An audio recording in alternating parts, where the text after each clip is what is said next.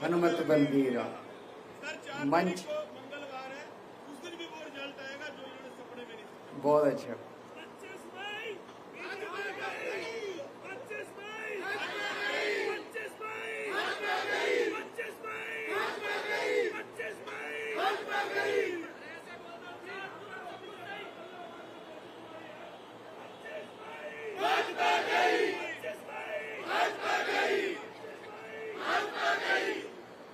मंच पे मौजूद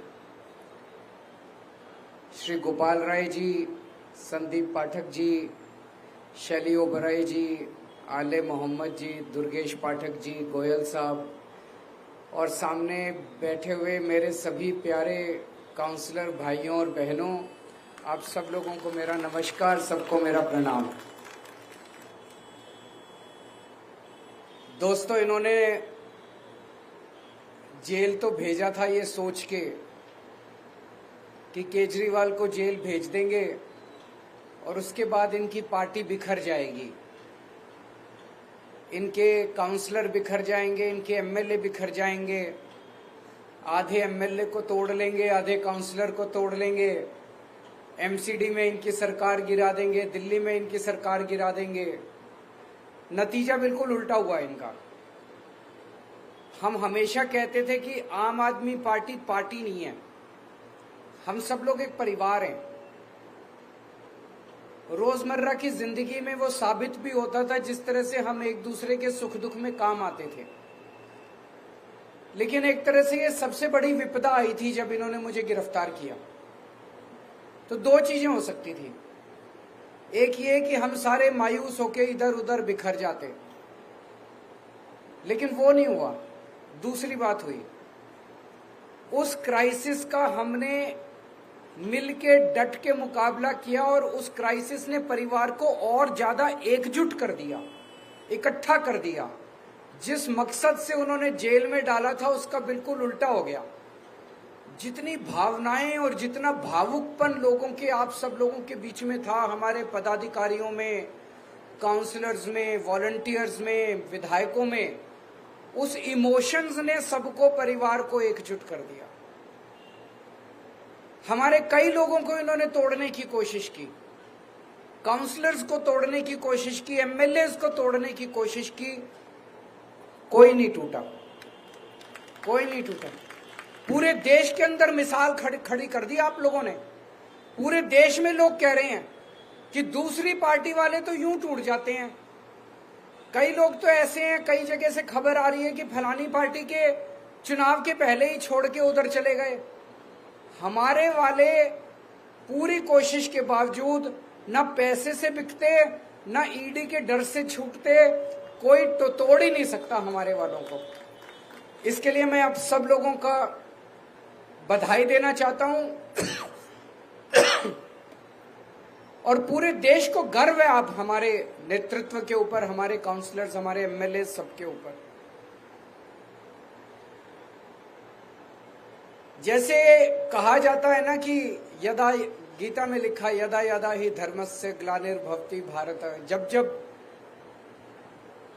धर्म कमजोर होगा, एक तरह से भगवान कृष्ण ने पूरी विश्व को ये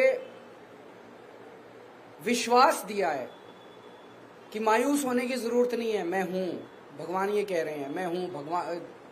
वो ये कह रहे हैं कि जब जब पृथ्वी के ऊपर धर्म कमजोर होगा और अधर्म बढ़ेगा, तब तब चिंता मत करना, तब तब मैं प्रकट होऊंगा। मैं जन्म नहीं दूंगा, मैं प्रकट होऊंगा। भगवान दो तरह से प्रकट होते हैं। एक तो वो भगवान श्री राम के रूप में प्रकट होते हैं, भगवान श्री कृष्ण के रूप में, तरह तरह के रूप धारण करके स्वयं प्रकट होते हैं।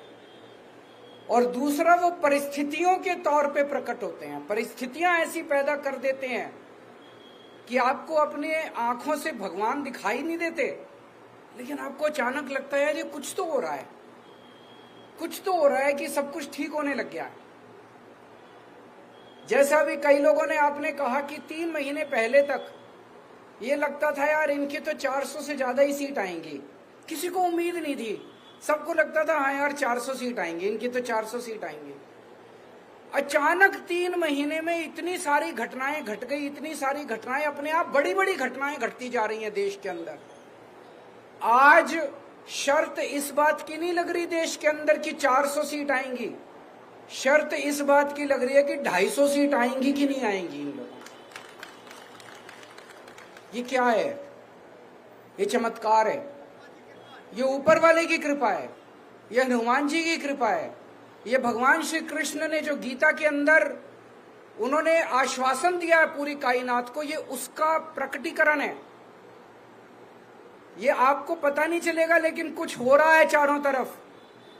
मेरे को जब गिरफ्तार किया मुझे लग रहा था 6-7 महीने तो अब जेल में रहना पड़ेगा। मैं उसके लिए मानसिक तौर पे तैयार था, मुझे बिल्कुल उम्मीद नहीं थी कि मैं बीच में वापस लौट के आऊंगा। चमत्कार हो गया। शुक्रवार को सुप्रीम कोर्ट ने जो जजमेंट दिया वो एक तरह से ऐसे लग रहा कि प्रभु ने कोई चमत्कार किया है। और अभी मैं परसों जब एक रोड शो में गया तो एक रोड शो में एक महिला जोर से चिल्लाई, बोली जी भगवान ने भेजा है आपको बीजेपी को हराने के लिए, 20 दिन के लिए, 21 दिन की जो जमानत मिली है ये भगवान ने भेजा है। तो प्रभु अपनी तरीके से लीला करता है, लेकिन लीला भी वो तभी करता है जब आप कर्म करते हो। ये मत सोच लेना भगवान लीला कर रहा है पापा, कर्म करना पड़ेगा कि नहीं करना, मेहनत करनी पड़ेगी, बिना कर्म के फल नहीं मिलेगा, फल उसके हाथ में है। लेकिन वो भी ये देखता है कि कर्म कर रहे हैं कि नहीं कर रहे हैं लोग, कर्म तो करना पड़ेगा। इन्होंने पूरी कोशिश की जेल के अंदर केजरीवाल को तोड़ने की, तरह तरह से। कभी अपमानित करते थे, कभी बेइज्जत करते थे। 15 दिन तक इन्होंने मेरे को इंसुलिन नहीं दिया। मेरे को 20 साल से शुगर की बीमारी है और 10 साल से मैं इंसुलिन पे हूं। शुगर की बहुत हाई लेवल की बीमारी है मुझे, और मैं डेली 52 यूनिट इंसुलिन लेता हूं। 52 यूनिट बहुत ज्यादा होते हैं, 52 यूनिट इंसुलिन लेता हूं। तो जब मैं जेल में गया डेली मेरा बढ़ता जाए, कभी 300, कभी 325, कभी 350।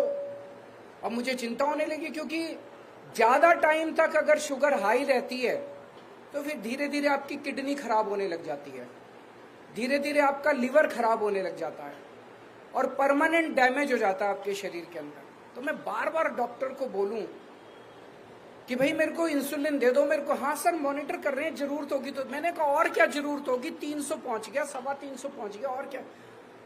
आप लोगों ने फिर आवाज उठाई, मीडिया ने आवाज उठाई, तो इनको मजबूर होकर इंसुलिन देना पड़ा। मेरी वाइफ मेरे से मिलने आया करती थी। ये तो कानूनी रूप में अधिकार है। जो भी अंदर कैदी हैं, चाहे आतंकवादी हैं, चाहे बलात्कारी हैं, चाहे हत्यारे हैं, हफ्ते में 2 मीटिंग आपको अपने परिवार से अलाउड है। आप अपने परिवार से मुलाकात कर सकते हो। एक दिन मेरी वाइफ को मना कर दिया इन्होंने कि आपकी वाइफ को नहीं मिलने देंगे। फिर वो अखबारों में छप गया, चारों तरफ शोर शराबा हुआ। तो 12 बजे आना था, उन्होंने 11 बजे फिर लिखा कि ठीक है आ जाओ। सवेरे 8 बजे ईमेल भेज दी कि आज की आपकी मुलाकात कैंसिल। फिर शोर हुआ बाहर, तो उन्होंने फिर 11 बजे उनको दोबारा भेजा कि ठीक है आ जाओ। मेरी वाइफ से मिलने से मना कर दिया। भगवंत मान जो कि पंजाब के मुख्यमंत्री हैं, वो मेरे से मिलने के लिए आए। जेल मैनुअल में लिखा हुआ है कि अगर जेल सुपरिटेंडेंट चाहे और अगर कैदी का बर्ताव ठीक है तो उनको कमरे के अंदर आमने सामने बैठ के इज्जत के साथ मिलवाया जा सकता है। मैं भी दिल्ली का मुख्यमंत्री, मैंने अभी इस्तीफा नहीं दिया था।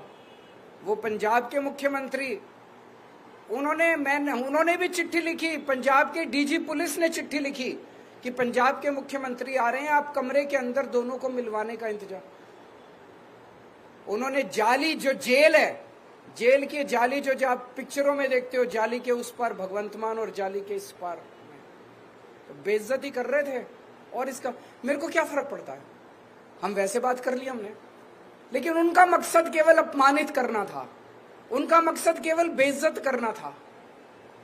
मेरे सेल में 2-2 सीसीटीवी कैमरे लगा रखे थे। मैं कितने बजे उठता हूं, कितने बजे लेटता हूं, कितने बजे खाना खाता हूं, क्या टीवी चैनल देखता हूं, एक एक मिनट की 13 अफसरों के कमरे में 13 ऑफिसर्स मेरे सीसीटीवी कैमरे की वो चलती थी टीवी के ऊपर मेरे से, तो 13 लोग मॉनिटर करते थे। रात को मैं कितने बजे उठता हूं, 3 बजे उठे ये बाथरूम करने के लिए, एक एक चीज मॉनिटर होती थी। और बता रहे हैं कि प्रधानमंत्री कार्यालय को एक उन्होंने फीड दी हुई थी, मेरे सीसीटीवी कैमरे को मोदी जी मॉनिटर कर रहे थे कि केजरीवाल कितने बजे। क्यों? वो ये देखना चाहते थे केजरीवाल टूटा तो नहीं, केजरीवाल डिप्रेशन में तो नहीं है। मैं उनको कहना चाहता हूं मेरे ऊपर भगवान हनुमान जी का आशीर्वाद है, बजरंग बली का आशीर्वाद है। ऐसे नहीं टूटने वाला केजरीवाल, ऐसे नहीं टूटने वाला केजरीवाल। इनको लगता है यूं ही टूट जाएगा, ऐसे नहीं टूटने वाला केजरीवाल। तो एक तरह से खुंदक निकाल रहे थे पर्सनली, कोई भ्रष्टाचार का केस थोड़ी है। पता नहीं क्या खुंदक पाल रखी है मोदी जी ने मेरे खिलाफ, आम आदमी पार्टी के खिलाफ। वो क्रश करना चाहते हैं आम आदमी पार्टी को। लेकिन मोदी जी भगवान तो नहीं है ना, भगवान तो है, वो हमारे साथ है, भगवान हमारे साथ है। आज इनको सबसे ज्यादा डर किस चीज का लग रहा है? हमारे काम का। आज अगर हमने अच्छे काम नहीं किए होते दिल्ली में, ये 2 मिनट में हमें क्रश कर सकते थे। आज हमने अच्छे काम किए, ये टीवी चैनल वाले ही मैं देखा करता था अंदर सेल में बैठ के टीवी पे, जहां सड़क पे जाते थे टीवी चैनल वाले, जिससे पूछते थे सब यही कहते थे, यार केजरीवाल ने स्कूल अच्छे कर दिया, उसको जेल में नहीं डालना चाहिए था, यार उन्होंने अच्छा काम किया, उनको जेल, यही कहते हैं ना। पहली लाइन होती है काम अच्छा किया है इसलिए जेल में नहीं डालना चाहिए था। हमने अगर काम नहीं किए होते तो जनता क्या कहती, निकम्मा है, अच्छा हुआ जेल में डाल दिया। हमारे काम की वजह से आज हमारी इज्जत है, हमारे काम की वजह से आज लोग हमें प्यार करते हैं, हमारे काम की वजह से बीजेपी हमसे डरती है। काम मत छोड़ना, काम करते रहना। अपने अपने इलाके में एमसीडी का सबसे बड़ा काम है साफ सफाई। साफ सफाई पे लगे रहना, वो मत छोड़ देना किसी भी हालत में, नहीं तो मेरे दिल को तकलीफ होगी। पक्की बात, साफ सफाई पे खूब ध्यान रखना। इनका मकसद है कुछ भी करके, इन्होंने मनीष को जेल में डाल दिया सोच के कि मनीष जेल जाएगा तो स्कूल बंद हो जाएंगे, होने नहीं दिया हमने, आतिशी ने संभाल लिया। इन्होंने सत्येंद्र जैन को जेल में डाल दिया ये सोच के कि मोहल्ला क्लिनिक बंद हो जाएंगे, अस्पताल बंद हो जाएंगे, होने नहीं दिया हमने। अब इन्होंने केजरीवाल को जेल में डाल दिया कि दिल्ली बंद हो जाएगी, होने मत देना दिल्ली, चाहे केजरीवाल को जितने साल भी जेल जाना। मेरे को पिछले कुछ दिनों से पूरे देश भर से इंडिया गठबंधन के कई पार्टियों के कैंडिडेट्स के सबके इनविटेशन आ रहे हैं। जितना मेरे से बन पड़ेगा अगले 21 दिन में ज्यादा से ज्यादा जगह जाके और प्रचार के लिए मैं जाऊंगा। इंडिविजुअल कैंडिडेट्स के फोन आ रहे हैं, आप हमारे यहाँ भी आओ, उत्तर प्रदेश से, बिहार से, महाराष्ट्र से, झारखंड से, जहां जहां बुलाएंगे, जहां जहां मैं जा सकूंगा मैं जरूर जाऊंगा, पूरी मेहनत करूंगा। और आपको भी मेहनत करनी है। जो अभी प्रियंका गौतम जी ने कहा कि थोड़ा ढीले हो गए हैं, अभी ढीले नहीं होना, आपको मेहनत करनी है। 2 तारीख को मेरे को वापस जाना है, 4 तारीख के नतीजे में जेल से देख रहा हूंगा। अगर आपने मेहनत की और अगर इंडिया गठबंधन जीत गया तो मैं 5 तारीख को वापस आ जाऊंगा।